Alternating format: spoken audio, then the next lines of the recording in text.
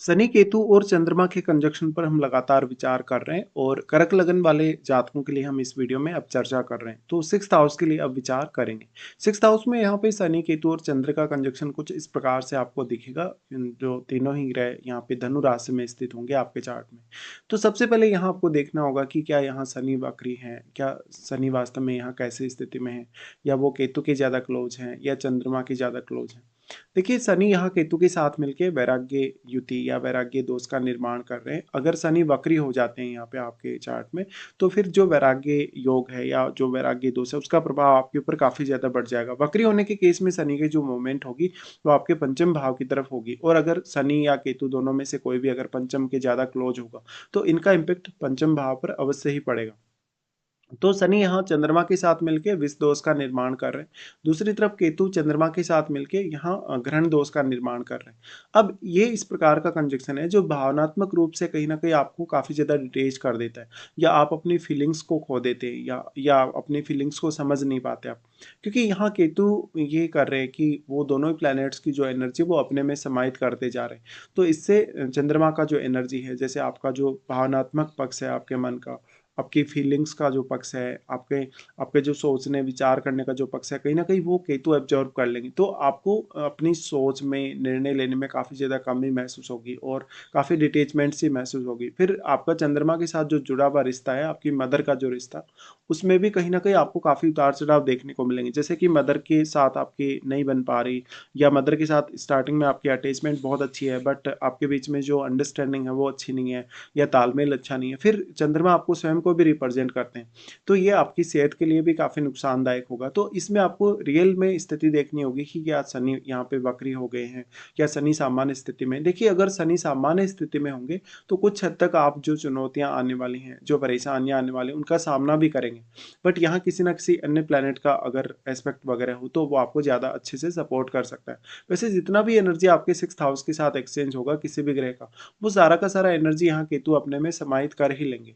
इसलिए अब शनि आपके चार्ट में क्योंकि सप्तम घर के भी स्वामी है और अष्टम के भी स्वामी, तो ये जो कंजक्शन होगा मैरिड लाइफ पर बहुत गहरा इंपैक्ट डालेगा। वैसे तो ये कंजक्शन सिक्स्थ हाउस में बन रहा है, तो ये आपको आपके कार्य क्षेत्र से डिटेच कर सकता है। आपको अपना कैरियर चुनने, कैरियर में जो भी बाधाएं आ रही हैं, परेशानियां आ रही हैं, उनको दूर करने में बहुत ज़्यादा डिफिकल्टी होगी। और साथ में आप अपने आप को मानसिक तौर पे यहाँ बहुत स्ट्रांग नहीं देख पाएंगे। इस प्रकार से अगर देखा जाए तो आपके ऊपर काफ़ी ज़्यादा कर्ज बढ़ सकता है। आपको सिक्स्थ हाउस से रिलेटेड कुछ गलत फैसले लेने के लिए बाध्य होना पड़ सकता है। जो आपकी रूटीन लाइफ है, जो आपकी ऑफिस की लाइफ है, या जो डेली लाइफ है, वो बहुत ज़्यादा कंफर्टेबल नहीं हो, वहाँ पर बहुत ज़्यादा स्ट्रेस हो, एंजाइटी हो, या साथ में आपको हो सकता है बहुत लंबा ट्रेवल करना पड़ता हो, या जिस ऑफिस में आप काम कर रहे हैं उसमें आपका कलीग्स के साथ या बॉस वगैरह के साथ झगड़ा रहता हो, या अंडरस्टैंडिंग अच्छी नहीं रहती हो। यहाँ पे अब जो चंद्रमा है, क्योंकि चंद्रमा यहाँ केतु से भी प्रभावित होंगे, वो काफ़ी ज़्यादा सॉफ्ट है, और शनि से भी वो प्रभावित होंगे ही। तो चंद्रमा आपको स्वयं को रिप्रेजेंट करते हैं, इसलिए आप एक बहुत ही ज़्यादा हार्ड वर्किंग पर्सन जरूर होंगे। क्योंकि जो छठे घर का शनि है वो बहुत ज़्यादा मेहनत करवाता है, बट धनु का जो शनि होगा वो स्पिरिचुअलिटी की तरफ आपको थोड़ा ज़्यादा ही लेकर जाएगा।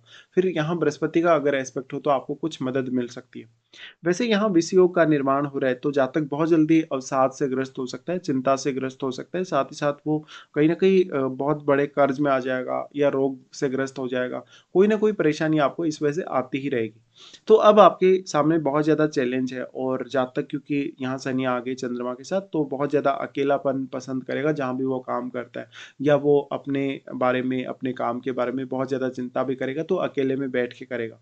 ऐसा जातक अपने फीलिंग्स को बहुत अच्छे से दूसरों के सामने नहीं रख पाता। साथ ही साथ उसका मन बहुत ज़्यादा अस्थिर सा रहेगा, उसके मन में बहुत ज़्यादा भ्रम की स्थिति रहेगी। वो क्या करे या क्या नहीं करे, इसको लेके वो बहुत ज़्यादा फ्रस्ट्रेट रहेगा। अब जातक जब अकेलापन पसंद करेगा या अकेले में बैठेगा, तो वो सामाजिक रूप से कहीं न कहीं थोड़ा डिस्कनेक्ट हो जाएगा, इवन अपनी मदर से, पारिवारिक जो रिश्ते हैं उनसे भी। इस प्रकार का जातक बहुत ज़्यादा समस्याओं का सामना कर सकता है, स्पेशली अपनी रूटीन लाइफ में वो अनस्टेबल होगा काफ़ी ज़्यादा, और निर्णय लेने में भी वो काफ़ी ज़्यादा कठिनाई फेस आएगा। तो यहाँ पे ये जो एक बहुत ही चैलेंजिंग कंडीशन बन रही है, उसका फिर प्रभाव आपको बाकी मामलों में देखने को मिलेगा, क्योंकि शनि अब सप्तम के और अष्टम के स्वामी, और शनि जब यहाँ आ गए आपके सिक्स्थ हाउस में, तो ये आपके लिए चैलेंजेस को और भी ज़्यादा बढ़ा देते हैं। शनि चाहे सामान्य स्थिति में हो चाहे वक्री स्थिति में हो, चैलेंजेस तो फिर भी आपके लिए बढ़ने वाले हैं। लेकिन क्योंकि जो शनि अगर यहाँ पे वक्री नहीं हो, उस केस में आप बहुत ज़्यादा सीरियस होंगे छठे भाव के लिए और अपने कार्य क्षेत्र के लिए भी। अब जो आपका सप्तम भाव है वो जीवन साथी का, और शनि आपके जीवन साथी को रिप्रेजेंट कर रहे हैं। ऐसे केस में ऐसा हो सकता है कि आपका जीवन साथी का जो प्रोफेशन है वैसा ही सेम आपका प्रोफेशन भी हो, या आप जहाँ काम कर रहे हैं वहीं आपका जीवन साथी भी काम कर रहा हो सकता है, या जीवन साथी का जो इंटरफेयर है आपकी लाइफ में, स्पेशली जो रूटीन लाइफ है, ऑफिस की लाइफ, उसमें काफ़ी ज़्यादा हो। अब जो यहाँ पे 7th लॉर्ड होके शनि 6th में आ गए, तो जीवन साथी ज़रूर हार्ड वर्किंग होगा, काफ़ी ज़्यादा मेहनती बहुत ज़्यादा होगा, बट वो इमोशनली, फिजिकली या मेंटली आपसे बहुत ज़्यादा डिटैच हुआ हो सकता है। शनि यहाँ पे वैसे तो विपरीत राजयोग जैसी स्थिति भी बना रहे, क्योंकि वो यहाँ अष्टमेश भी है, तो अब अष्टम भाव से कुछ आपको ज़्यादा गेन हो सकते हैं सप्तम की तुलना में। इस प्रकार से जब कल को अगर आप कोई बिजनेस करने जाएंगे तो वहाँ पर आप सप्तम भाव में बैठे प्लैनेट पर भी जरूर ही विचार करें, और जो लगन में प्लैनेट बैठा है उस पर भी, क्योंकि लगन में बैठे प्लैनेट का प्रभाव यहाँ होगा, और सप्तम में बैठा हुआ प्लैनेट अपनी एक अलग प्रकार की भूमिका अदा कर सकता है आपकी लाइफ में। अगर वो एक शुभ ग्रह है तो वो आपको कहीं ना कहीं मैरिज की साइड थोड़ा खींच सकता है। अदरवाइज यहाँ पर आपका जो रूटीन लाइफ है, जो डेली लाइफ है, ऑफिस का जो कार्य है, उसी में ज़्यादातर आप बंद के रह जाएंगे। तो शनि का क्योंकि यहाँ पे प्रभाव है अपने घर अष्टम पे, और शनि क्योंकि अष्टमेश स्वयं भी है, इसलिए ऐसा जो कंजक्शन बनेगा वो स्पिरिचुअलिटी के लिए, या आध्यात्मिक रूप से अपने आप को ग्रो करने के लिए, या मोक्ष की तरफ जाने के लिए तो काफ़ी अच्छा कंजक्शन माना जा सकता है, बट वो बाकी मामलों में आपके लिए उतना सपोर्टिव नहीं है। इस हिसाब से अगर हम दृष्टियों के अनुसार भी विचार करें तो शनि जो कि क्योंकि अपनी तीसरी दृष्टि अष्टम पर डालते हैं, तो ये जो कंजक्शन बन गया उसमें जातक कितना भी गहराई से सोच या विचार कर सकता है, जातक बहुत ज़्यादा अंदर तक जा सकता है किसी भी विषय में, और वो एक अलग प्रकार की फीलिंग ला सकता है, एक अलग प्रकार का अनुभव भी ला सकता है। तो ये रिसर्च करने, अकल्ट वगैरह से रिलेटेड कार्य करने, या लोगों को कोई ऐसा सजेशन देने स्पिरिचुअलिटी के मामले में, तंत्र मंत्र वगैरह है, पूजा पाठ वगैरह, इन सब में बहुत ज़्यादा आपको इन्वॉल्व कर सकता है। फिर अष्टम में बैठा ग्रह भी यहाँ अपनी अलग प्रकार की भूमिका में होगा, क्योंकि वो ग्रह आपके रिश्तों पर बहुत गहरा इम्पैक्ट डालेगा, तो उस ग्रह पर भी विचार कर लेना चाहिए आपको। यहाँ पे फिर शनि, केतु और चंद्रमा तीनों का ही प्रभाव 12वें घर पे होगा। देखिए 12वें घर पे इनका प्रभाव होगा, थोड़ा ये चैलेंजिंग होगा, हालाँकि ये तीनों का कंजंक्शन आपको आपके कार्यस्थल से लगातार डिटैच कर सकता है। आपको इवन फॉरेन ले जा सकता है, इवन फॉरेन में सेटल भी कर सकता है। बट जो यहाँ पे क्योंकि केतु भी उच्च की स्थिति में होंगे और राहु भी यहाँ उच्च की स्थिति में होंगे, तो राहु का प्रभाव आपके 6th हाउस पे होगा, और चंद्रमा तो राहु से प्रभावित होंगे ही, चाहे चंद्रमा यहाँ कैसे भी स्थिति में है। बट एक्चुअल में तो यहाँ राहु और केतु के बीच में 180 डिग्री का एंगल है। इस एंगल के होते हुए आपको ये देखने को मिलेगा कि राहु यहाँ उतना अधिक प्रभाव नहीं डाल पाएंगे, क्योंकि राहु का जितना भी एनर्जी आएगा आपके 6th हाउस में वो सारा का सारा एनर्जी केतु के पास चला जाएगा। बट शनि का प्रभाव आपके यहाँ 12th हाउस में भी है, तो मैरिड लाइफ के लिए तो ये बहुत ज़्यादा चैलेंजिंग होगा। हो सकता है कि आप जीवन साथी को समय नहीं दे पा रहे, आप रात्रि के समय भी बहुत ज़्यादा एक्टिव हैं, आप बहुत ज़्यादा सपने देखते हैं, या कहीं न कहीं लाइफ को एक बहुत ही अलग अंदाज में जीना पसंद करेंगे। तो आपका जो मेंटलिटी है, आपका जो फीलिंग है, बहुत ही ज़्यादा डिफरेंट टाइप का होगा।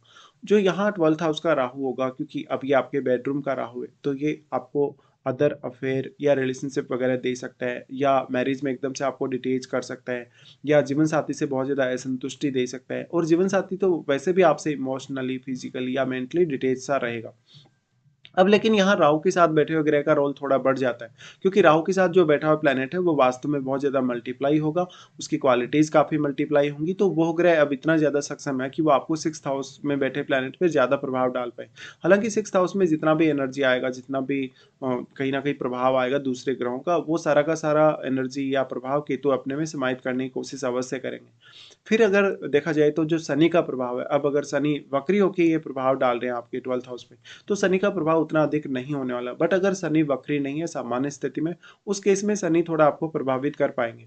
तो ऐसा जातक बहुत ज़्यादा मेहनती होगा, हार्ड वर्किंग होगा, ईमानदार भी बहुत ज़्यादा होगा, लेकिन अक्सर ये जो आपके अंदर जो काबिलियत है, जो क्षमता है, उसका फ़ायदा दूसरे लोगों को ही मिल पाएगा। अब उसके बाद अगर देखा जाए तो शनि का प्रभाव फिर आ जाता है 3rd हाउस में। अब अगर वक्री होके शनि 3rd हाउस पे दृष्टि डालें तो उस केस में कुछ हद तक शनि का प्रभाव ज़्यादा उचित हो सकता है, या ज़्यादा बेहतर हो सकता है। फिर आप अपने जो रिलेशंस हैं, जैसे भाई-बहन हैं, पड़ोसी हैं, रिश्तेदार हैं, उनके साथ थोड़ा रिलेशन निभाने की कोशिश अवश्य करेंगे। बट यहाँ पे फिर क्योंकि केतु का कितना ज़्यादा प्रभाव है शनि पर, वो भी आपको देख लेना होगा। तो ऐसा जातक व्यर्थ की मेहनत करता जाता है, उसका कम्युनिकेशन बहुत अच्छा नहीं होता, या तो फिर उसका जो स्किल है वो उसके काम नहीं आ पाता।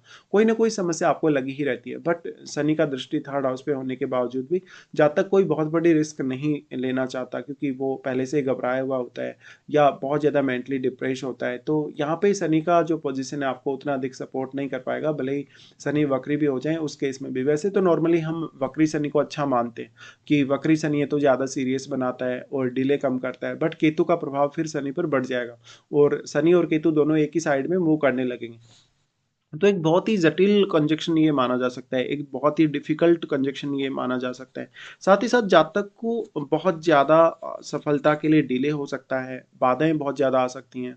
वो किस प्रकार का करियर चुने, किस प्रकार का करियर वो नहीं चुने, इसको लेके भी दिक्कत हो सकती है। साथ ही आपके बॉस हैं, आपके जो कलीग लोग हैं, उनके साथ वैचारिक तौर पे मतभेद होना या उनके साथ इमोशनली, मेंटली अटैच नहीं हो पाना, बहुत ज़्यादा इस प्रकार की आपको दिक्कतें होंगी। हालाँकि आध्यात्मिक रूप से आप इस कंजक्शन को अगर देखते हैं, तो ये कंजक्शन आपको काफ़ी ज़्यादा सपोर्टिव रहेगा और कोई आप केतु से रिलेटेड अगर फ़ील्ड को चुनते हैं अपने एज़ ए प्रोफ़ेशन, तो ज़्यादा अच्छा ये कंजक्शन आपके लिए रह सकता है।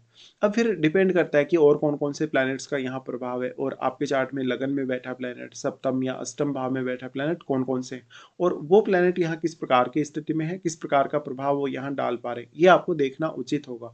तो ऐसा कंजक्शन है तो ज़्यादातर समय आपको खुद को देना चाहिए और खुद के लिए कहीं न कहीं ज़्यादा से ज़्यादा मेहनत भी करनी चाहिए। इस प्रकार का जातक जो होगा उसकी जो क्वालिटी होगी, उसकी जो क्षमताएँ होंगी, कहीं न कहीं वो अपनी क्षमताओं को लूज़ करेगा और वो लगातार मेहनत भी करता रहेगा। बट उसकी मेहनत, उसका हार्ड वर्क सही डायरेक्शन में नहीं होगा, तो इससे जातक बहुत ज़्यादा स्ट्रेस में आ जाएगा, एंग्ज़ायटी में आ जाएगा और वो सही फैसले नहीं ले पाएगा। इसी हिसाब से फिर ऐसे जातकों के जो खर्चे हैं वो भी काफ़ी ज़्यादा बढ़ जाते हैं या वो अपने फाइनेंसेस को मैनेज नहीं कर पाते।